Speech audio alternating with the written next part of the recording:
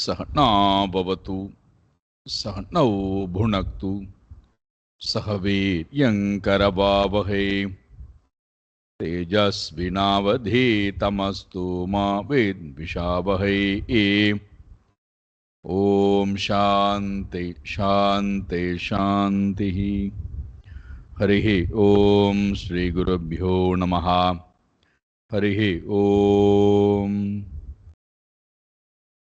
सच्चिदानंदरूपाय विश्वोत्पत्त्यादिहेतवे तापत्रय विनाशाय श्रीकृष्णाय वयं नमः। जन्माद्यस्य यतोऽन्वयात् इतरतश्चार्तेष्वभिज्ञस्वराट् तेने ब्रह्म हृदाय आदिकवये मुह्यन्ति यत्सूरये तेजो वारिमृदां यथा विनिमयो यत्र त्रिसर्गो मृषा धाम्ना स्वेन सदा निरस्तकुहकम् सत्यं परं धीमहि। धर्म प्रोञ्जितकैतवोऽत्र परमो निर्मत्सराणां सतां वेद्यं वास्तवमत्र वस्तु शिवदं तापत्रयोन्मूलनं श्रीमद्भागवते महामुनिकृते किं वा परैरीश्वरः सद्यो हृद्यत्वरुध्यतेऽत्र कृतभिः शुश्रूषुभिस्तत्क्षणात्। निगमकल्पतरोर्गलितं फलं सुखमुखातमृतद्रवसंयुतं पिबत भागवतं रसमालयं मुहुरहो रसिका भुवि भावुकाः नारायणं नमस्कृत्य नरं चैव नरोत्तमं देवीं सरस्वतीं व्यासं ततो जयमुदीरये। देवीं सरस्वतीं व्यासं ततो जयमुदीरये।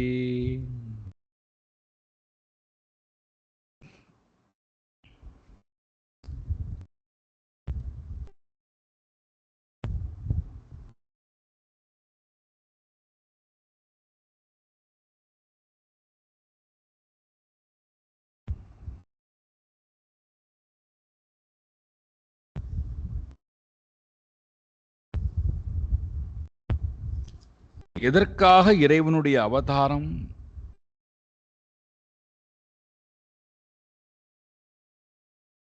அவதாரம் எடுத்து வந்து இங்கே ஜீவராசிகளுக்கு செய்ய வேண்டிய செயல்பாடு என்ன என்பதையெல்லாம் ரொம்ப விரிவாக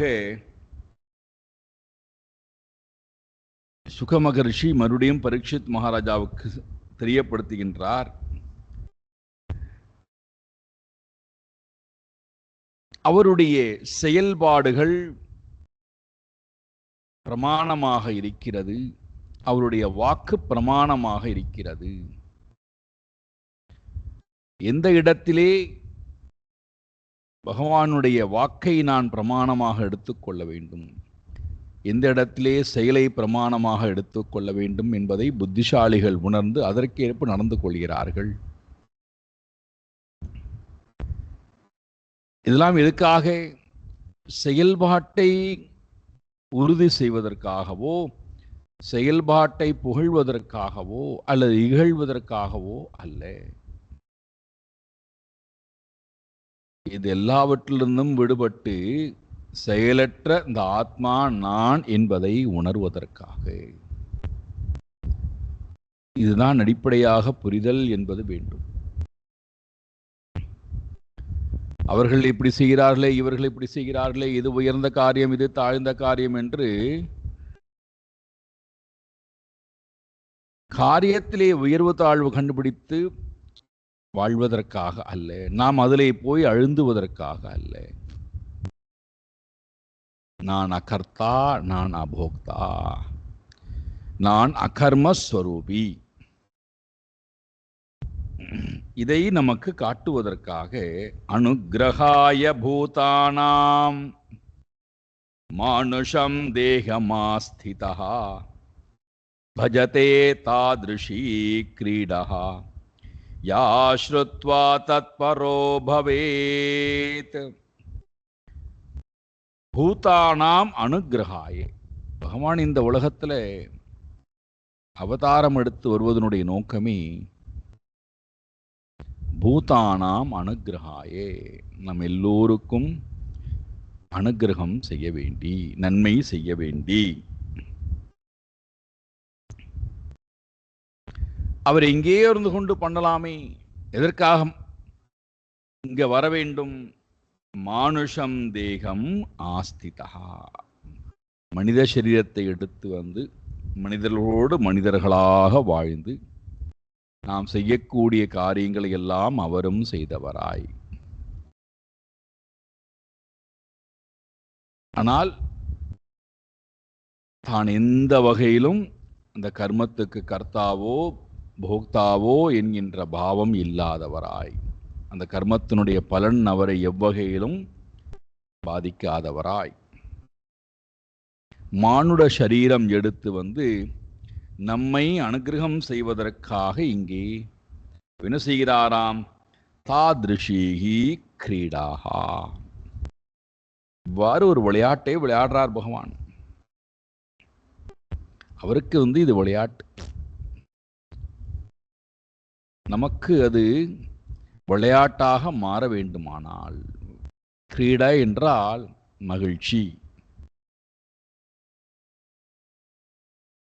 கிரீடை என்பதற்கு மகிழ்ச்சி, உற்சாகம், விளையாடுவது, வாழ்க்கை நமக்கு மகிழ்ச்சிகரமாக இருக்க வேண்டுமானால், அப்போ மகிழ்ச்சிக்கு என்னென்னலாம் பண்புகள் காரணமாக இருக்கோ அதையெல்லாம் நம்மள்ட்ட இருக்கணும். விளையாடுகின்ற நேரத்திலே எல்லோரோடும் சேர்ந்து விளையாடுவது, எல்லோரையும் மதிப்பது, எல்லோருடைய குணங்களையும் போற்றுவது, எல்லோரோடும் இணைந்து செயல்படுவது, எல்லோருடைய ஏற்றத்தாழ்வுகளையும் புரிந்து கொள்வது,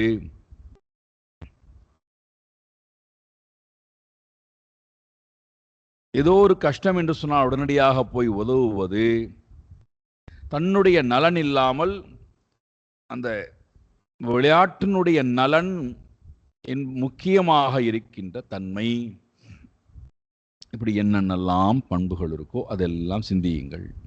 அதெல்லாம் நம்முடைய அன்றாட வாழ்க்கையிலே இருந்தால் அது நமக்கு மகிழ்ச்சியை கொடுக்கிறது.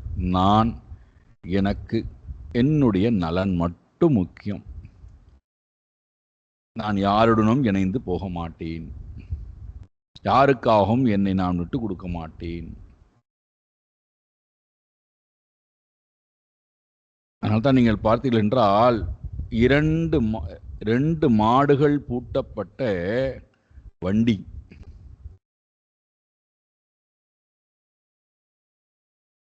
பாரத்தை இழுத்து கொண்டு போகிறது. இரண்டு மாடுகளும் இணைந்து போனால் பாரம் தெரியாமல் போயிடலாம். ஒரு மாடு சுயநலத்துடன் நான் பாரம் இழுக்க மாட்டேன் என்று சொன்னால் அந்த ஜீவனும்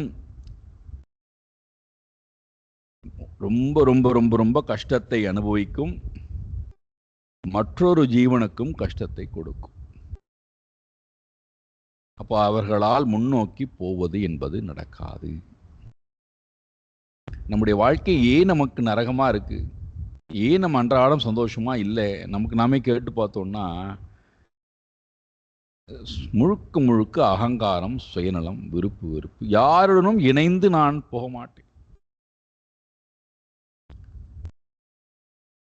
இங்கே பகவான் அவ்வாறு இருந்திருந்தானே ஆனால் நமக்கு பாகவதம் கிடைத்திருக்குமா? அல்லது ஒவ்வொரு ஜீவராசிகளுக்கும் அனுகிரகத்தை தான் கொடுத்திருக்க முடியுமா?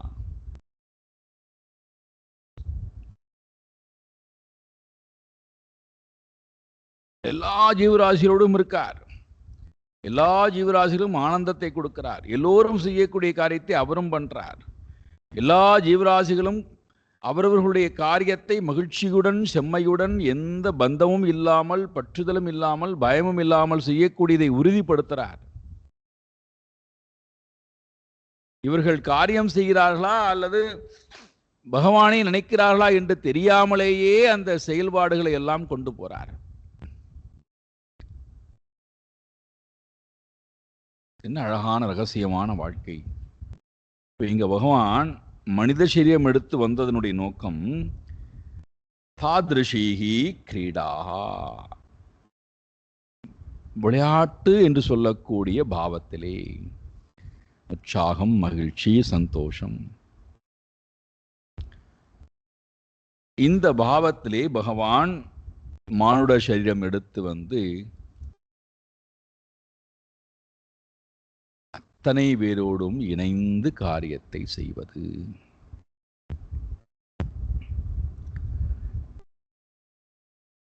சரி, இதெல்லாம் இந்த செயல்பாடுகளை எல்லாம் பகவான் செய்துதான் காட்ட வேண்டுமா?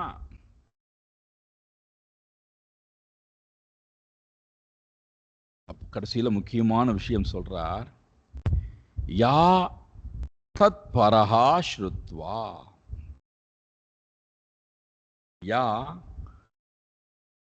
தத் பரஹா ஸ்ருத்வா, இந்த பகவானுடைய இந்த லீலா வினோதங்களை, குணங்களை, ரூபத்தை, பிறப்பை யார் செவிமடுக்கிறார்களோ, இதுதான் முக்கியமானது. நம்மிடம் மேலோங்கி இருப்பது, பிறப்பிலிருந்து இறப்பு வரைக்கும் நம்மிடம் எப்பொழுதுமே மேலோங்கி இருப்பது சுயநலம், விருப்பு வெறுப்பு, அகங்காரம், அறியாமை, ஆசைகள், கோபங்கள், இதெல்லாம் எப்பொழுதுமே நம்ம இடத்துல மேலோங்கி இருக்கும். நாம் அதை வெளிக்காட்டாமல் மறைத்துக் கொள்கிறோம், அவ்வளவுதான். அதற்குரிய சூழ்நிலை வந்தது என்றால் உடனடியாக அதை நாம் வெளிப்படுத்துகிறோம். சூழ்நிலை வராதவரை நாம் ரொம்ப நம்மளை நல்லவர்கள் நினைச்சுக்கிறோம்.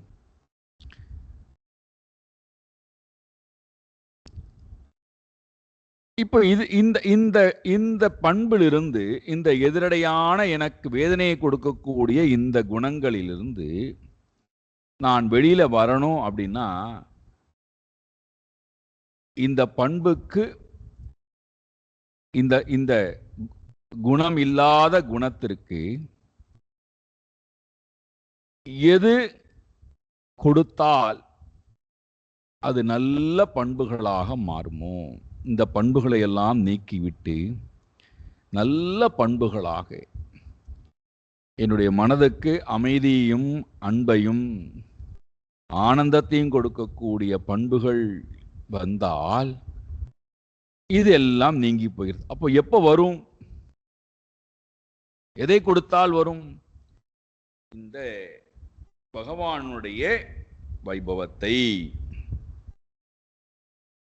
பகவானுடைய குணத்தை, பகவானுடைய ரூபத்தை, பகவானுடைய நாமத்தை, பகவானுடைய பிறப்பை, இதை திரும்ப திரும்ப திரும்ப கேட்பதின் மூலமாக, படிப்பதின் மூலமாக, பேசுவதின் மூலமாக, அதை மனதிலே தாரணை பண்ணி தியானம் செய்வதின் மூலமாக, அதன் பிரகாரமே வாழ்வதின் மூலமாக தத் பரஹா பவேத்,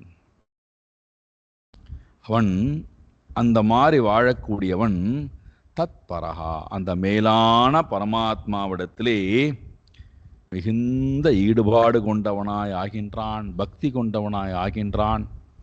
அந்த பக்தியினாலே பகவானை மேலும் மேலும் தெரிந்து கொள்ள ஆரம்பிக்கின்றான். அதனால் அவனுக்கு பகவானுடன் ஐக்கியமானது கிடைக்கிறது.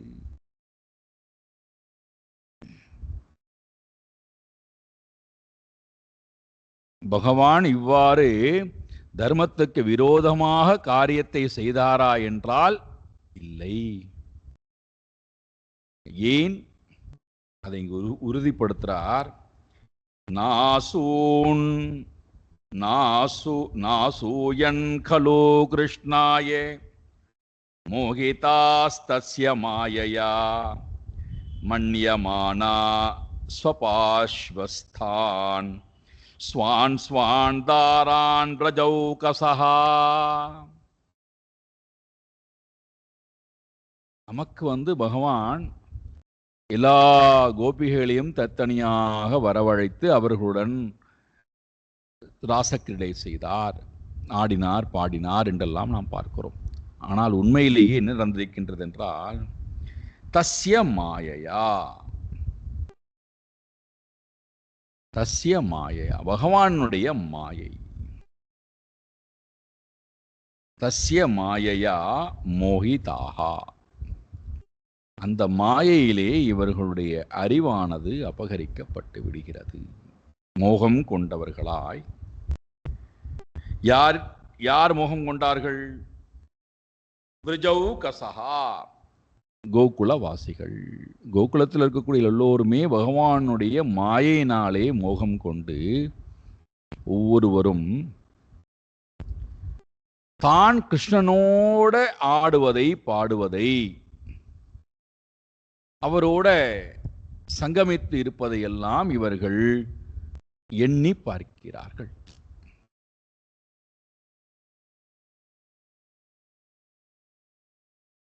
அந்த ஆனந்தத்திலேயே அவர்கள் திளைக்கிறார்கள். அந்த ஆனந்தத்தை பகவான் ஸ்தூல சரீரம் இருப்பதை போல இருந்து கொண்டு, மாயையினாலே ஸ்தூல சரீரம் இருப்பதை போல இருந்து கொண்டு அவர்களுடன் ரசக்கிரீடை செய்தார் என்பதை போன்ற ஒரு தோற்றமானது காட்டப்படுகிறது. ஆனால் இங்கே நடந்தது என்ன? மாயையினாலே, பகவானுடைய மாயையினாலே அவரவர்கள் அவர்களுடைய மனதிலே மோகம் கொண்டவர்களாய் பகவானை தன்னுடைய கணவனாக வரித்து பகவானுடன் ஆடுதல், பாடுதல், ரமித்தல், இந்த காரியத்தை எல்லாம் செய்கிறார்களாம். அது எப்படி தெரிகின்றான்னா, ஸ்வான் ஸ்வான் தாரான், தன் தன் மனைவிமார்கள் தன்னுடன் இருப்பதை ஒவ்வொரு கணவனும் பார்க்கிறானாம். தங்கள் தங்கள் பக்கத்திலே ஸ்வான் ஸ்வான் தாரான் ஸ்வபார்ஷ்வஸ்தான், தங்கள் பக்கத்திலேயே தங்களுடைய மனைவிமார்கள் இருக்கிறார்கள். அவர்கள் தன்னை விட்டு போகவில்லை என்கின்ற அந்த எண்ணம் இருக்கின்ற காரணத்தினாலே அவர்கள் யாருமே கிருஷ்ணாயன சூயன் கலு, அவர்கள் எந்த காரணத்திலும் கிருஷ்ணனிடத்திலே பொறாமை கொள்ளவில்லை.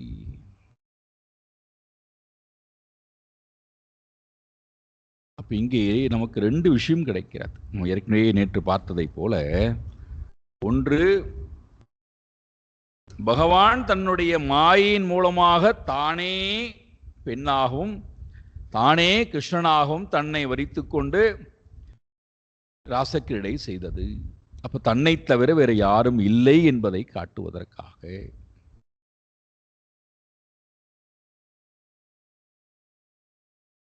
அப்ப தான் தன்னுடைய உள்ளத்துக்குள்ளே ஆனந்தத்தை அனுபவித்தல், அதே ஆனந்தத்தை வெளியிலும் எல்லோரிடத்திலும் அனுபவிப்பதை பார்த்தல். அப்ப இந்த இடத்திலே பகவான் தர்மத்துக்கு விரோதமாக காரியத்தை செய்தாரா என்றால், வெளி உலகத்தினுடைய பார்வையிலிருந்து பகவான் எல்லா பெண்களையும் அழைத்து எல்லா கணவனிடத்திலிருந்து மனைவியை பிரித்து பகவான் ராசக்கிரீடை செய்தார் என்றால், அவர்கள் விரும்பியதை அவர் கொடுத்தார். அவர்கள் கணவனாக பரமாத்மாவை வரித்தார் என்றால், ஒவ்வொரு ஜீவனும் இறைவனையே தன்னுடைய கணவனாக வரிக்கிறது. தெரிந்தோ தெரியாமலோ நாம் எல்லோருமே அந்த ஆனந்தத்தை தான் வரிக்கிறோம், பரமாத்மாவுடைய ஆனந்தத்தை தான் வரிக்கிறோம். அதுக்கு நீங்கள் என்னவனா பேர் கொடுத்து கொள்ளுங்கள். ஆத்மான்னு சொல்லுங்கள், கணவன் சொல்லுங்கள், மனைவின்னு சொல்லுங்கள், என்ன வேணா பேர் கொடுத்து கொள்ளுங்கள். எல்லோரும் அந்த பரமாத்மாவுடைய சொரூபத்தை தான் வரிக்கிறோம் என்றால், அதை நோக்கி வரக்கூடிய ஜீவனுக்கு அந்த ஆனந்தத்தை கொடுக்க வேண்டிய இடத்திலே பரமாத்மா இருக்கிறார். அவர் கொடுத்துத்தான் ஆக வேண்டும். அப்போ ஸ்தூல நிலையிலே கொடுத்தார். இந்த தன்மையிலிருந்து பார்த்தாலும் சரி, அல்லது அவர்கள் எவ்வகையிலும் தன்னுடைய வீட்டை விட்டு போகவில்லை, கணவனை விட்டும் போகவில்லை, தன்னுடைய மனதிலேயே பகவானுடைய மாயையின் மூலமாக தன்னுடைய மனதிலேயே பகவானுடன் ராசக்கிரடை செய்தார்கள். அந்த ஆனந்தத்திலேயே திளைத்தார்கள். அதனால் கணவன்மார்களுக்கு எவ்வகையிலும் கிருஷ்ணன் மேல் பொறாமை இல்லை. தன்னுடைய மனைவியை எவ்வகையிலும் கிருஷ்ணன் அழைத்து கொண்டு போகவில்லை, தன்னை விட்டு மனைவி போகவில்லை, அவள் தன்னுடனேயே இருக்கிறாள் என்கின்ற அந்த எண்ணம் கிருஷ்ணனின் மேல் அவர்களுக்கு எவ்வகையிலும் பொறாமை இல்லை.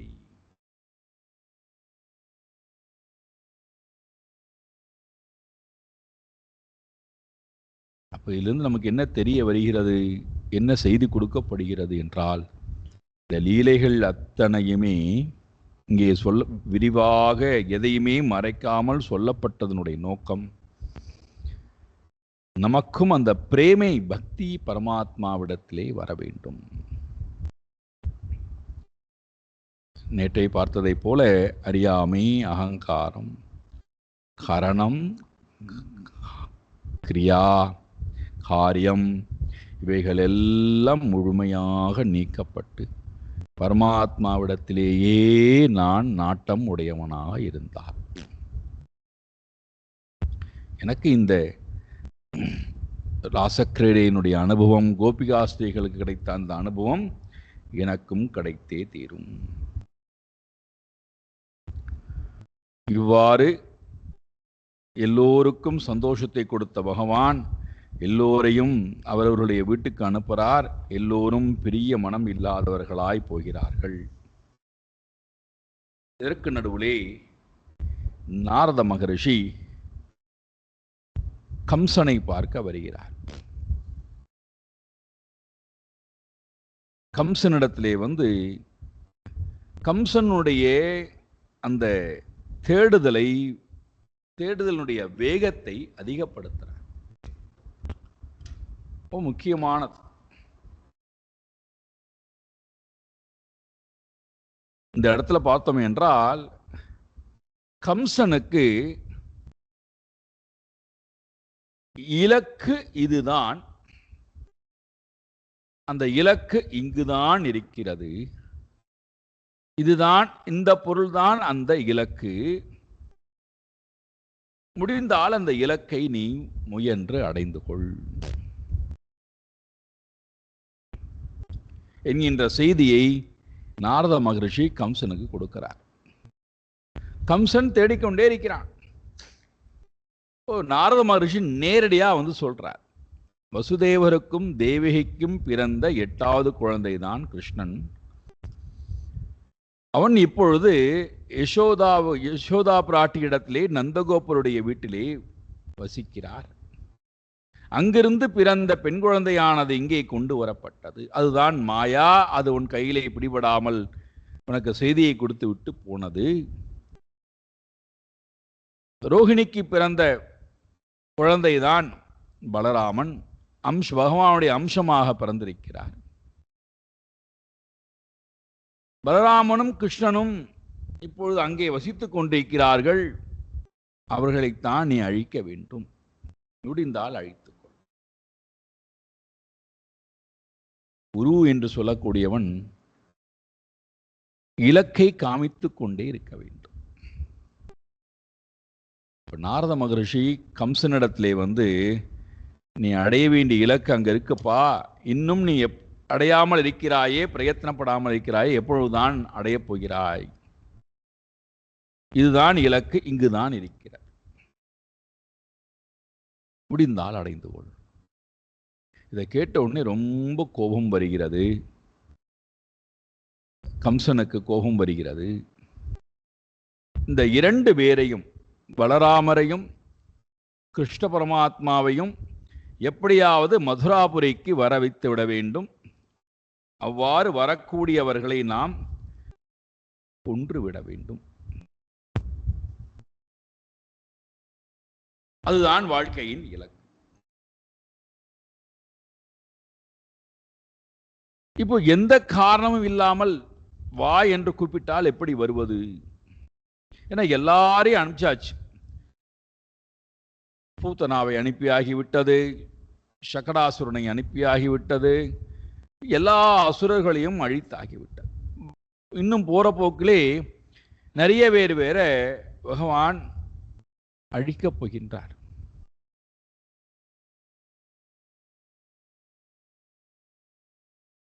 அப்படி இருக்க இவரை எப்படி இங்கே வரவழைப்பது? எதை காரணம் கொண்டு வரவழைப்பது?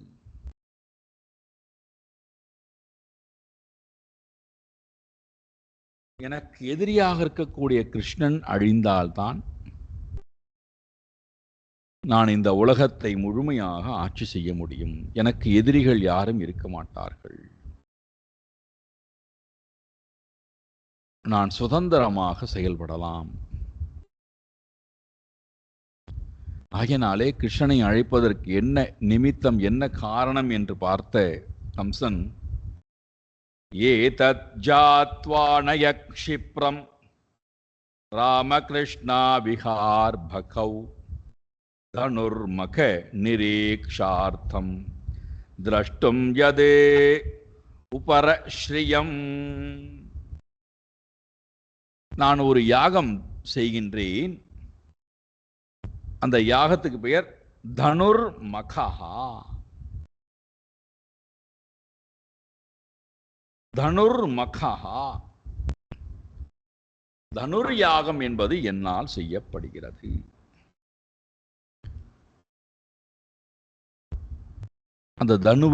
அந்த தனுஷை பார்ப்பதற்காக எல்லோரையும் அழைத்து வாருங்கள். அதுல முக்கியமாக இந்த 2 பேரையும் அழைத்து வாருங்கள்.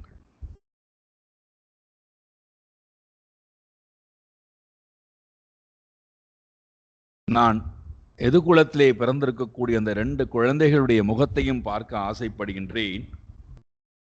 ஆகையினாலே சீக்கிரம் இங்கே அழைத்து கொண்டு வாருங்கள் என்று சொல்லி இந்த காரியத்தை கம்சன் அக்ரூரரிடத்திலே ஒப்படைக்கிறான். ரொம்ப அழகான குரூர பாவம். அக்ரூர என்றால் குரூர பாவம் இல்லாதவன் என்றால் தமோகுணமும் ரஜோகுணமும் இல்லாத பூர்ண சத்துவகுணம் உடையவன் அக்ரூரன். ராட்சச ஆசுரி ஸ்வபாவத்தினுடைய தன்மைதான் குரூர பாவம்.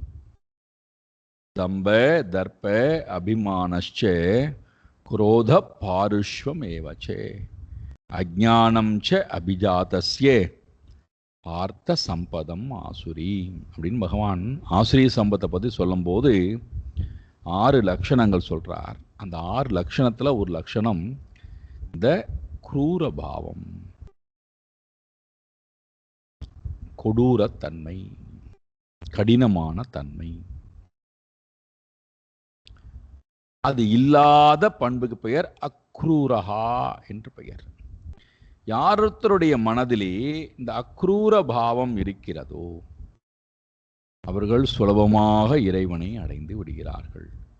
யாரொருத்தருடைய மனதிலே குரூர பாவம் இருக்கிறதோ அவர்களால் தன்னுடனும் வாழ முடியாது,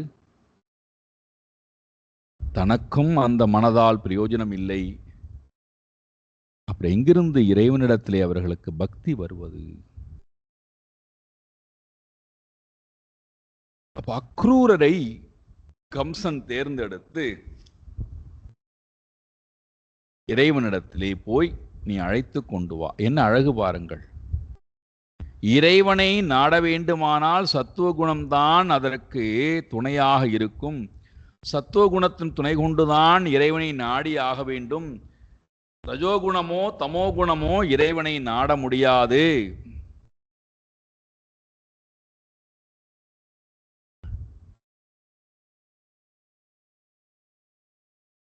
இதெல்லாம் இங்கே மறைமுகமாக நமக்கு சொல்லப்படக்கூடிய விஷயங்கள். இறைவனை நோக்கி போகக்கூடிய குணம் சத்துவ குணம், நல்ல பண்புகள் நிறைந்த குணம். ரஜோகுணம் தமோகுணம் உலகத்தை நோக்கி போகக்கூடிய குணம்.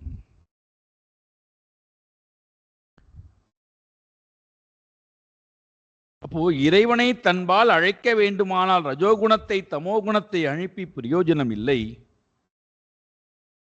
அர்த்தத்தை காமித்தோ காமத்தை காமித்தோ புண்ணியத்தை காமித்தோ இறைவனை அழைத்து விடலாமா என்றால் நடக்காது. அர்த்தமோ காமமோ புண்ணியமோ இந்த உலகத்திலே நாம் வாழ்வதற்கு எல்லா நன்மையும் செய்யலாம், செய்யாது போகலாம். ஆனால் இறைவனை நான் நெருங்க வேண்டுமானால் இந்த மூன்றும் துறந்தால்தான், இந்த மூன்றையும் நான் விட்டால்தான் இறைவன் பால் என்னால் போக முடியும்.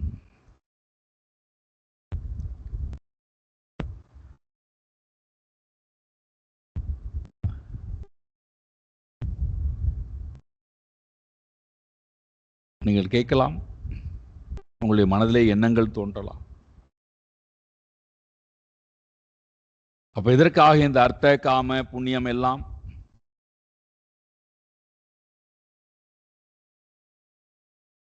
ரெண்டு காரணத்திற்காக. ஒன்று, அன்றாடம் விவகாரம் நடக்கணும், அதற்காக. அன்றாடம் விவகாரம் நடக்கணும், அதற்காக இந்த அர்த்த காம புண்ணியங்கள். ரெண்டாவது முக்கியமானது, அர்த்த காம புண்ணியம் எல்லாம் என்னை தயார்படுத்துகின்ற ஒரு சாதனம். ஸ்ரேயஸ் என்று சொல்லக்கூடிய அந்த பேரானந்தத்திற்கு என்னை தயார்படுத்தக்கூடிய களமாக இந்த அர்த்த காம புண்ணியமானது இருக்கிறது. இதிலிருந்துதான் நான் உண்மையை உணர்வதற்கு உண்டான இடத்துக்கு வருகிறேன். ரொம்ப அழகா உதாரணம் கொடுக்கிறார்கள் பாருங்கள். பங்கஜம், பங்க என்றால் சேரு என்று பொருள். சகதி, சேர், களிமண், முழுக்க முழுக்க சேரும் சகதியும் களிமண்ணும் நிறைந்தது. நாம் கவனக்குறைவினாலே காலை உள்ளே விட்டோம் என்றால் நம்மை முழுமையாக உள்ளுக்குள்ளேயே இழுத்து நகரவிடாமல் செய்யும் தன்மை படைத்தது. அழுக்குகள் நிறைந்தது. பங்க, அதிலிருந்து தோன்றக்கூடிய ஒரு பொருள்தான் பங்கஜம். ஜம் என்றால் ஜாயதே, தோன்றுதல், அதிலிருந்து உத்பவித்தல். அதிலிருந்து வரக்கூடியதுதான் தாமரை.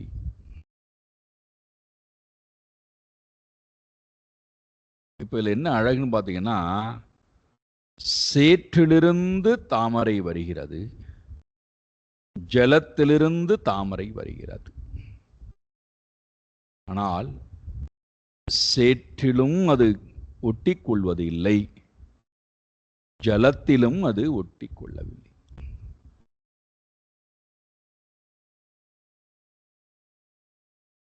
இலையிடத்திலும் ஒட்டிக்கொள்வது இல்லை.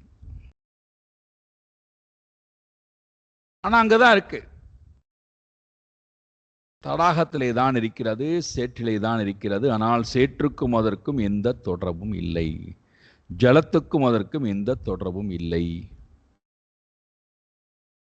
இப்ப அது இடத்துல பார்த்தீங்கன்னா எந்த வாசனையும் கிடையாது.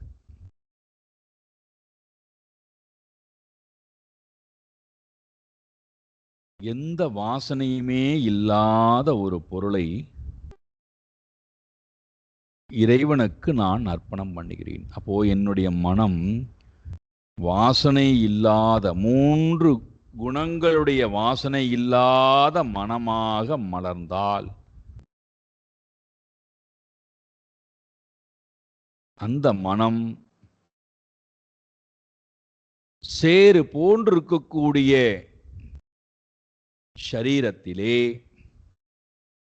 ஜலம் போன்றிருக்கக்கூடிய மனதிலே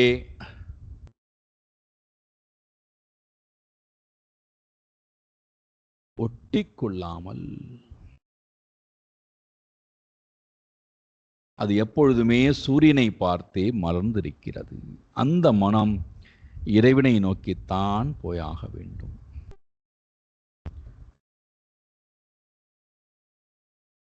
இது நீங்கள் சாமானியமான அர்த்தமாக எடுத்துக்கொள்ளலாம், அல்லது லலிதா சகஸ்ரநாமத்திலே ரொம்ப விரிவாக இந்த குண்டலினியை பற்றி ரொம்ப விரிவாக இதை பற்றி பேசப்படுகிறது.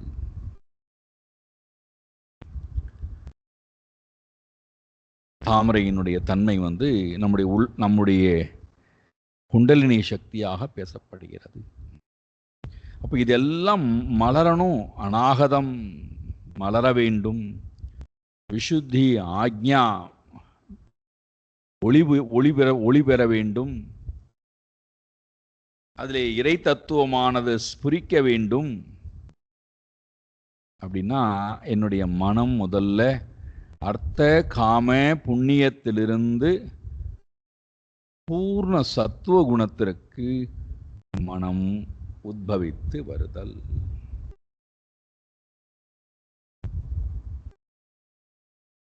இப்ப அப்பேற்பட்ட அந்த குணம் படைத்த அக்ரூரரை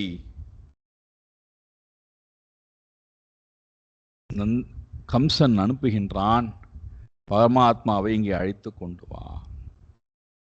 இப்ப இவன் ரதத்திலே ஏறிக்கொண்டு, தேரிலே ஏறிக்கொண்டு மனதிலே சிந்தித்து கொண்டே போகின்றானாம். என்ன அழகான செய்திகள், சிறு சிறு விஷயங்கள் கூட சொல்லப்படுகிறது பாருங்கள். பரமாத்மாவை அழைக்கப் போகிறார், அவ்வளவுதான். பரமாத்மா அழைத்து கொண்டு வர வேண்டும். இப்ப நமக்கு ஒருத்தர் ஒரு பொறுப்பை கொடுக்கிறார்கள் அப்படின்னு வச்சுப்போமே, நாம் என்ன பண்ணுவோம்? நமக்கு இந்த ஒரு காரியத்தை செய்யுங்கள் அப்படின்னு ஒருத்தர் ஒரு பொறுப்பை கொடுக்குறாங்கன்னா முதல்ல நம்முடைய நலனை பற்றி மட்டும்தான் யோசிப்போம். நான் இந்த மாதிரியான சூழ்நிலையிலே வாழ்கிறேனே, நான் எப்படி இந்த காரியத்தை செய்ய முடியும், என்னால் எப்படி இந்த காரியத்தை செய்ய முடியும், நான் இந்த காரியத்தை தப்பாக செய்துவிட்டால் என்ன பண்ணுவது, நான் இந்த காரியத்தை பண்ணும்போது 4 பேர் என்னை கேள்வி கேட்டு விட்டால் என்ன பண்ணுவது, நானால் இந்த காரியத்தை செய்வதற்கு அருகதை உடையவர்கள் அல்ல, அல்லது நானால் இந்த மாதிரியான சிறிய காரியத்தை எல்லாம் நான் செய்யவே மாட்டேன், நானால் உயர்ந்து விட்டேன், நானே அதற்கு இந்த காரியத்தை செய்ய வேண்டும்,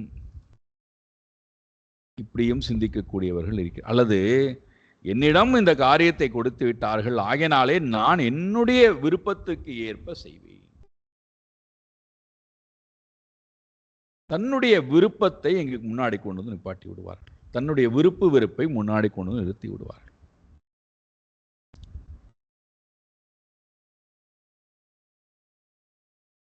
அதுல எவ்வகையிலும் தனக்கு இந்த காரியத்தை கொடுத்தவர்களை சிந்திக்க வேண்டுமே, அவரிடத்திலே நான் போய் நம்முடைய சிந்தனைகளை எல்லாம் சொல்ல வேண்டும், நாம் செய்வது சரியா தவறா என்பதை எல்லாம் நாம் ஒப்பிட்டு பார்க்க வேண்டுமே, ஏதாவது பிழை இருந்தால் சரி செய்து கொள்ள வேண்டுமே, நாம் போகின்ற பாதை சரியா தவறா என்பதையெல்லாம் அவருடன் நாம் திரும்ப திரும்ப திரும்ப உராய்ந்து பார்த்து சிந்தித்து பார்த்து சரி பண்ணி கொள்ள வேண்டுமே. அதெல்லாம் கிடையாது. என்னிடத்துல அந்த பொறுப்பை கொடுத்தாச்சு, நான் என்னுடைய விருப்பத்துக்கு ஏற்ப தான் பண்ணுவேன்.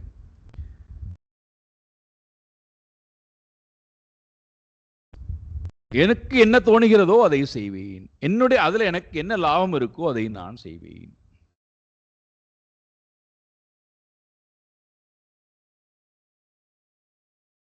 இதுல தன்னை மையப்படுத்துகின்ற காரணத்தினாலே, தன்னுடைய விருப்பு அங்கே மையப்படுகின்ற காரணத்தினாலே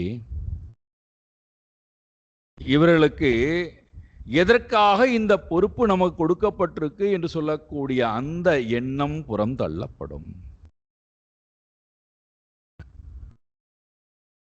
எதற்காக இந்த காரியத்தை நம்மிடம் கொடுத்தார்கள், அந்த எண்ணம் புறம் தள்ளப்படும். நோக்கங்களானது உயர்வாக இருக்க வேண்டியது போய் ரொம்ப ரொம்ப ரொம்ப குறுகியதாக மாறிவிடும். தன்னை மையப்படுத்துகின்ற காரணத்தினாலே எப்படி செய்வது என்று சொல்லக்கூடிய சிந்தனை ஓடாமல் தன்னுடைய சுயநலத்தை மையப்படுத்துகின்ற காரணத்தினாலே தனக்கு தோணுகின்ற பிரகாரம் செய்கின்ற காரியத்திலே நிறைய குழப்பங்கள் வந்த உடனேயே அந்த காரியத்தை அப்படியே பாதியிலேயே நிறுத்தி விட்டு போகும் தன்மை நிறைய இருக்கு. சிந்தித்து கொண்டே நீங்கள் போனீர்கள் என்றால் ஏன் நாம ஒரு காரியத்தை மனமு செய்ய தயாராக இல்லை அப்படின்னா, நம்ம நம்மளை கொண்டு முன்னாடி நிப்பாட்டிய பெரிய முட்டுக்கட்டையே இந்த நான் தான்.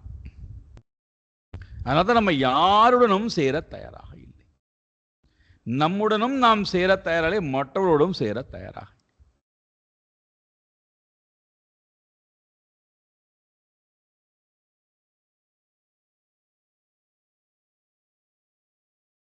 அப்ப என்ன பண்ணுவது? நினைச்சு பாருங்களேன். சின்ன ஒரு உதாரணம் கொடுக்குறேன், நினைச்சு பாருங்களேன். 24 பெட்டிகள் இணைக்கப்பட்டு முன்னாடி இழுத்து கொண்டு போகக்கூடிய அந்த இன்ஜின் இயந்திரமானது இழுத்து கொண்டு போகிறது, வேகமும் முன்னோக்கி போகிறது. பின்னாடி 24 பெட்டிகள் வருகிறது. இப்ப இந்த பெட்டிகள் அத்தனையும் முன்னாடி இருக்கக்கூடிய அந்த இன்ஜினுடன் இணைக்கப்பட்டிருக்கு. இப்ப ஒவ்வொரு பெட்டியும் தனித்தனி, 24 பெட்டிகளும் தனித்தனி. ஆனால் அவைகள் அத்தனையும் ஒரே ஒரு சக்தியால் இழுக்கப்படுகிறது. இப்ப அந்த பெட்டியுடன், அந்த இன்ஜினுடன் இந்த பெட்டிகள் எல்லாம் இணைந்து போனால் நம்முடைய பிரயாணம் ஆரோக்கியமா இருக்கும். இதுல இந்த இணைப்புல ஒரு பெட்டிக்கும் இன்னொரு பெட்டிக்கும் இடையிலே இந்த இணைப்பானது சரியா இல்லாமல் சிறு இடைவெளி இருந்தா கூட நீங்க பார்க்கலாம், மேலும் கீழும் மேலும் கீழும் ஆடுவதையும் போய் முட்டிக்கொள்வதையும் நமக்கு அதிர்வலைகளை, உள்ளுக்குள் உட்கார்ந்து கொண்டிருக்கூடிய அதிர்வலைகளை ஏற்படுத்தும்.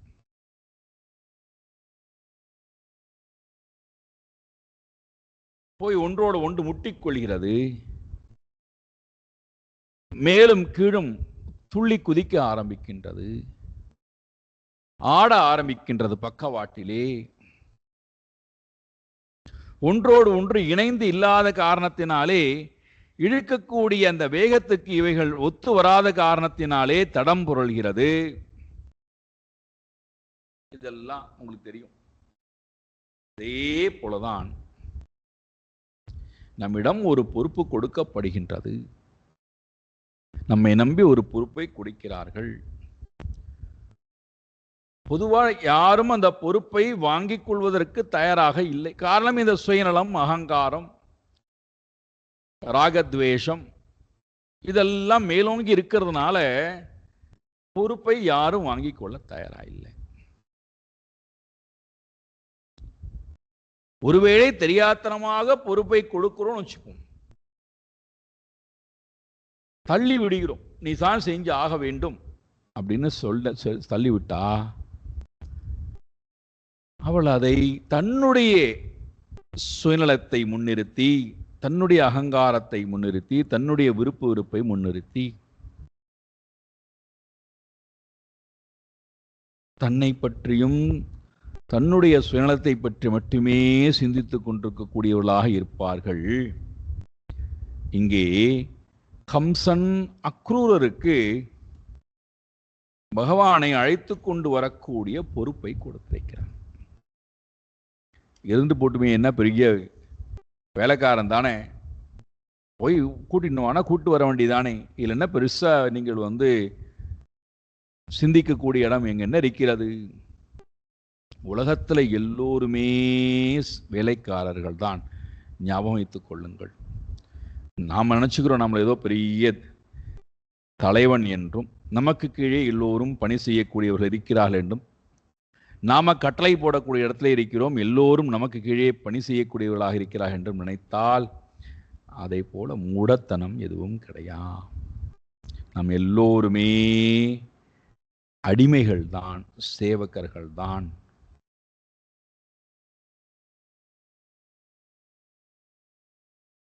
ஒவ்வொருத்தருக்கும் ஒவ்வொரு விதமான அடிமைத்தனத்திலே இருக்கிறோம். ஆனால் எல்லோருமே அடிமைத்தனத்தில் தான் இருக்கிறோம், அடிமைப்பட்டவர்களாகத்தான் இருக்கிறோம். இந்த அடிமைத்தனத்திலிருந்து வெளியில வருவதற்காகத்தான் சாஸ்திரம் நமக்கு துணை செய்யக்கூடியதாக இருக்கிறது. ஞாபகம் வைத்துக் கொள்ளுங்கள்.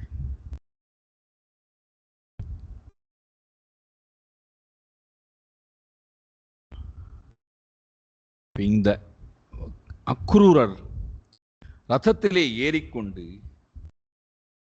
பரமாத்மாவை போய் பார்த்து இங்கே நடக்கின்ற விஷயத்தை எல்லாம் சொல்லி அவரை கம்சன் அழைத்தான், வாருங்கள் கூப்பிடணும். கச்சன் பதி மகாபாகோ பகவத் அம்புஜே க்ஷணே பக்திம் பராமுபகதஹ ஏவம் ஏதத் அசிந்தயத்.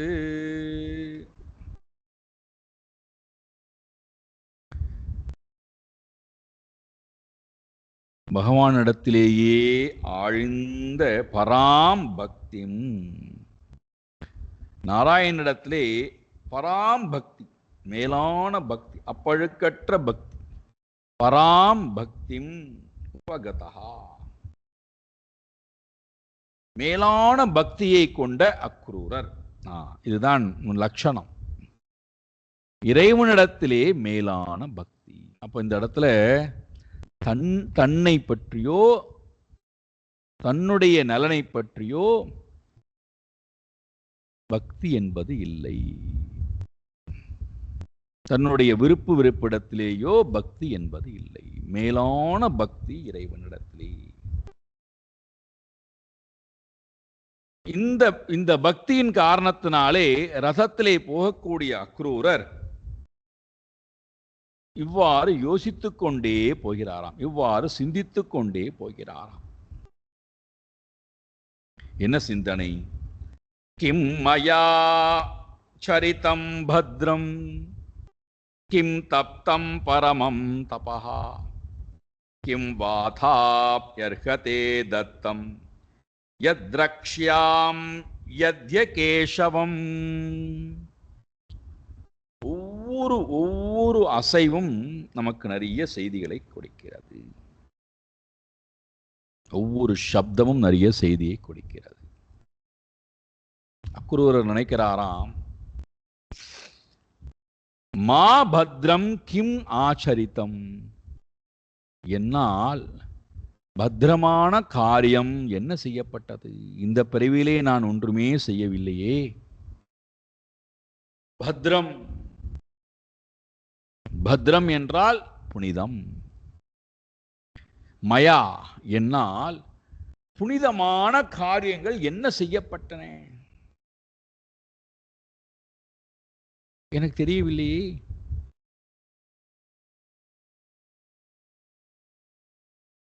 நான் செய்த புண்ணியமான காரியம் என்ன? அப்ப ஒவ்வொரு காரியத்திற்கும் ஒரு விலை என்பது இருக்கிறது. நாம் நினைச்சுக்கிறோம் நாம் இவ்வளவு காரியம் பண்றோமே, ஒரு விலையுமே இல்லையேன்னு. ஒவ்வொரு காரியத்திற்கும் அதற்கு ஒரு விலை இருக்கிறது. அது இறைவனால் நமக்கு கொடுக்கப்பட்டே தீரும். அது இன்பமாக இருந்தாலும் சரி, துன்பமாக இருந்தாலும் சரி. இப்ப நினைச்சு பார்க்கிறார், என்ன புண்ணியம் செய்தேன்? மாபத்ரம் மயாபத்ரம் கிம் ஆச்சரித்தம், என்னால் செய்யப்பட்ட புண்ணியம்தான் என்ன?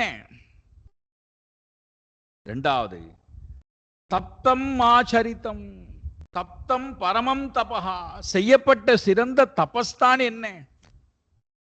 நான் என்ன அவ்வளவு பெரிய தபம் செய்து விட்டேனா?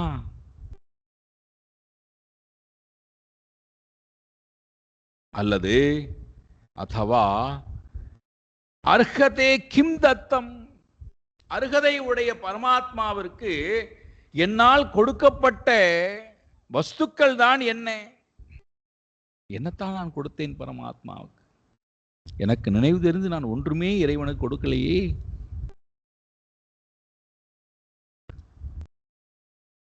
இறைவனுக்காக நான் செய்த தபமோ, இறைவனுக்காக நான் கொடுத்த பொருளோ, இறைவனுக்காக நான் செய்த புண்ணியமோ ஒன்றுமே இல்லையே. நினைவு தெரிந்து எனக்கு ஒன்றுமே இல்லையே. அப்படி இருக்க யத் அத்யம் கேசவம் திரக்ஷ்யாமி, எல்லோருக்கும் மேலானவனாக இருக்கக்கூடிய அந்த பூஜ்யரை, அந்த பரமாத்மாவை நான் பார்க்க போகின்றேனே, எவ்வளவு பெரிய பாக்கியம் உடையவன் நான். எனக்கு இவ்வளவு பெரிய பாக்கியம் கிடைத்திருக்கிறதே. பாருங்கள், என்ன என்ன ஆட்டிடியூடு பாருங்கள், என்ன பாவம் பாருங்கள். எங்கிட்ட கொண்டு கொடுத்து தொலைச்சிட்டாங்கப்பா, என்ன பாவம் முன்னத்தில், அதனால தான் என்கிட்டயே எல்லாரும் கொண்டு வந்து காரியத்தை கொடுக்குறாங்க. நானும் விலகி விலகி போனாலும், ஒதுங்கி ஒதுங்கி போனாலும், செய்ய மாட்டேன்னு சொல்லி மூஞ்சியை காமித்தாலும் திருப்ப திருப்ப எங்கிட்ட வந்து காரியத்தை கொடுக்குறாங்களே, நான் என்ன பாவம் பண்ணேன் அப்படின்னு நாம நினச்சிக்கிறோம். ஆனால் இங்கே நினைக்கிறார், என்னிடம் இந்த காரியமானது வந்தது, நான் இங்கே கம்சனுடைய தூதனாக போனால் கூட அது ஒரு சாதாரண காரியமாக நம்மால் பார்க்கப்பட்டால், அக்ரூரர் பார்க்கிறார், நான் கிருஷ்ணனை அல்லவா பார்க்க போகிறேன். இந்த காரணமாக கொண்டு, இந்த செயலை நிமித்தமாக கொண்டு நான் இறைவனை பார்க்க அல்லவா போகின்றேன். யார் ஒருவரை பார்ப்பதற்காக கடும் தவம் இயற்றுகிறார்களோ, யார் ஒருவரை பார்ப்பதற்காக யோக அபியாசத்தை செய்கிறார்களோ, யார் ஒருவனை பார்ப்பதற்காக தான தர்மங்கள் செய்கிறார்களோ, யார் ஒருவனை பார்ப்பதற்காக பக்தி செய்கிறார்களோ, அப்பேற்பட்ட பரமாத்மாவை நான் பார்க்க அல்லவா போகின்றேன். எவ்வளவு பெரிய பாக்கியம் செய்திருக்க வேண்டும். நான் எனக்கு நினைவு தெரிந்து நான் ஒரு சத்காரியத்தையும் செய்யவில்லை, தபமும் ஏற்றவில்லை, பகவானுக்கு நான் எதையுமே கொடுக்கலையே.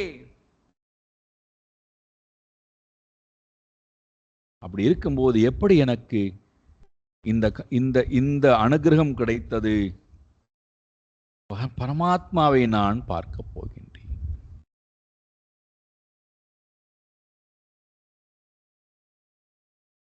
இப்ப இங்கே என்னுடைய ஆட்டிடியூடே முழுமையாக மாறிவிட்டது. எனக்கு ஏன் இந்த கர்மம் வந்தது? நான் ஏன் இந்த கர்மத்தை செய்ய வேண்டும்? நான் பரமாத்மாவை பார்க்கணும். எனக்கு ஒரு பணியை பகவான் கொடுத்திருக்கார். அவரை பார்ப்பதற்காக வந்த நான் இந்த கர்மத்தை நினைத்து கொண்டா கர்மத்தோடையே வாழ்வது?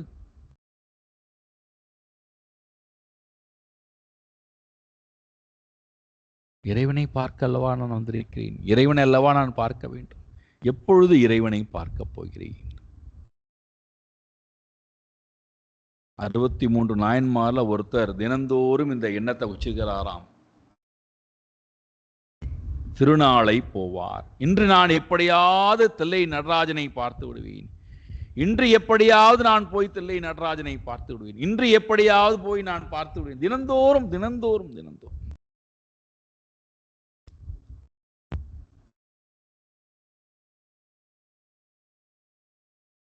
என்ன புண்ணியம் செய்தேன்? மயா பத்ரம் கிம் ஆச்சரித்தம் தப்தம் பரமம் தபஹா. நான் செய்த மேலான தவம்தான் என்ன? அர்ஹதே கிம் தத்தம். பூஜ்யனாக இருக்கக்கூடிய அர்ஹதை உடைய பரமாத்மாவுக்கு நான் கொடுத்த தானம்தான் என்ன? கொடுத்த பொருள்தான் என்ன? எல்லோருக்கும் தலைவனாக இருக்கக்கூடிய அந்த நாராயணனை நான் பார்க்க போகின்றேனே, நான் செய்த புண்ணியம்தான் என்ன? மமைதத் துர்லபம் மன்யே உத்தம ஸ்லோக தர்ஷனம் விஷயாத்மனோ யதா பிரம்ம கீர்த்தனம் சூத்ர ஜன்மனஹ. இது எப்படி இருக்கு என்றால், சூத்ர ஜன்மனஹ பிரம்ம கீர்த்தனம் யதா. சூத்ர ஜன்மம், சூத்ரனாக பிறந்திருக்கக்கூடிய ஒருவன் பிரம்ம கீர்த்தனம் யதா, எவ்வாறு பிரம்ம கீர்த்தனம் பரமாத்மாவை ஸ்துதி பாடக்கூடிய வேதங்களை ஓதினால் எப்படி இருக்குமோ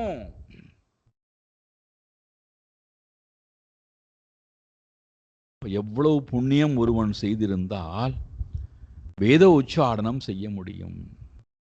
அப்ப எத்தனை பிறவிகள் அவன் இந்த வேதோச்சாரணம் செய்வதற்காக முயற்சி எடுத்திருக்க வேண்டும். அப்பேற்பட்ட ஒருவன் சூத்ர ஜாதியிலே பிறந்திருந்து அந்த வாழ்க்கை முறை இல்லாமல் வேதத்தை ஓதக்கூடிய பண்பாளனாக இருந்தால் எப்படி இருக்குமோ அதே போல நான் எந்த அருகதையுமே இல்லாதவன், ஆனால் நான் இப்பொழுது கிருஷ்ணனை பார்க்க போகின்றேன். ஏனென்றால் ஏன் அந்த உதாரணத்தை நான் கொடுக்கிறேன் என்றால் அதுக்கு அக்ரூரர் சொல்றார், விஷயாத்மனஹா மம, என்னுடைய மனம் எனக்கு தெரியும். என்னுடைய மனமானது விஷயத்திலேயே ஈடுபாடு கொண்டதாக இருக்கிறது.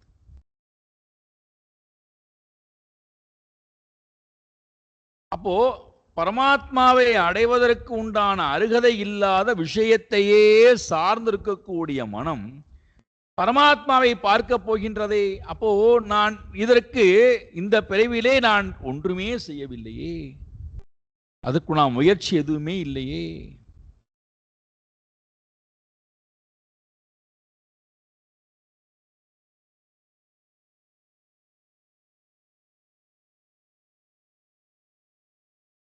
சூத்ரன்கிற வார்த்தைக்கு அர்த்தம் என்னடான்னா, நம்ம என்னமோ அது ஒரு தாழ்வான பிறவி, மனிதர்களிலேயே அது ரொம்ப ரொம்ப கீழான ஒரு பிறவி அப்படின்னு நினைச்சுக்கூடாது. அந்த சப்தமானது சூத்ரா அப்படிங்கிற சப்தத்துக்கு அர்த்தம் என்னவென்றால் சோதனாத் திராவணாத் இது சூத்ரஹா,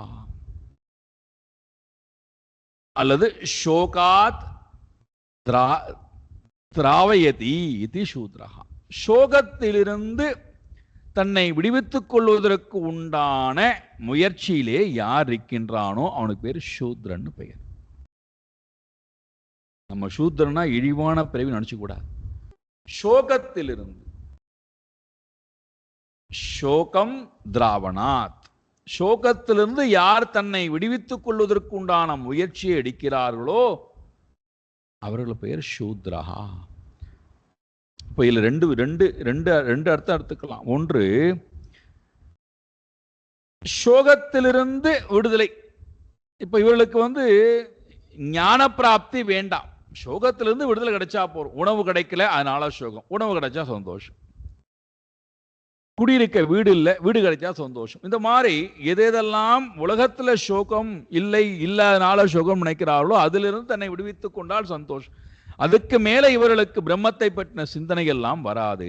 ஆனால் ஒருவன் அதையும் மீறி சோக மோகத்திலிருந்து தன்னை விடுவித்துக் கொள்வதற்காக பிரம்ம உச்சாடனம் செய்தானேயானால், வேதத்தை ஓதினானேயானால் அவன் எவ்வளவு பெரிய புண்ணிய ஆத்மாவோ. அதே போல மனதளவிலே நான் விஷயத்தையே தியானித்து கொண்டிருந்த எனக்கு திடீரென்று பரமாத்மாவை பார்ப்பதற்குண்டான அனுகிரகம் கிடைத்தது என்றால் நான் செய்த புண்ணிய பலன்தான் என்ன. இதை சொல்லிட்டு அக்ரூரர் சொல்றார், யார் ஒருவரை தரிசித்தால் உத்தம ஸ்லோக தர்ஷனம் நம ஏதத் உத்தம ஸ்லோக தர்ஷனம் துர்லபம் மன்யே. ரொம்ப முக்கியமான சொல் இதுதான். துர்லபம், உத்தம ஸ்லோக தர்ஷனம் துர்லபம். உத்தம ஸ்லோகன் என்றால் பரமாத்மா, பகவானுடைய தரிசனம், உத்தமமான அந்த பரமாத்மாவுடைய தரிசனமானது ரொம்ப ரொம்ப ரொம்ப ரொம்ப துர்லபமானது, அடைவதற்கு ரொம்ப ரொம்ப ரொம்ப துர்லபமானது. யார் ஒருவரை தரிசித்தால் அஞ்ஞானம் நீங்கிவிடுமோ, அஞ்ஞானத்தினாலே வந்த சோக மோகம் நீங்கிவிடுமோ, அப்பேற்பட்டவனுடைய தரிசனமானது இவ்வளவு சுலபத்திலே கிடைப்பது இல்லை. அப்படி எனக்கு கிடைக்கின்றது என்றால் நான் செய்த புண்ணிய பலன்தான் என்ன. இவ்வாறு நினைத்து கொண்டே ரதம் செல்லுகிறது. நாமும் செல்வோம். சாயங்காலம் விரிவாக பார்ப்போம். ஓம் பூர்ணமதः பூர்ணமிதம் பூர்ணாத் பூர்ணமுதச்யதே பூர்ணஸ்ய பூர்ணமாதாய பூர்ணமேவாவசிஷ்யதே. ஓம் சாந்தி சாந்தி சாந்தி. ஹரிஹி ஓம் ஸ்ரீ குருभ्यो நமः. ஹரிஹி ஓம்.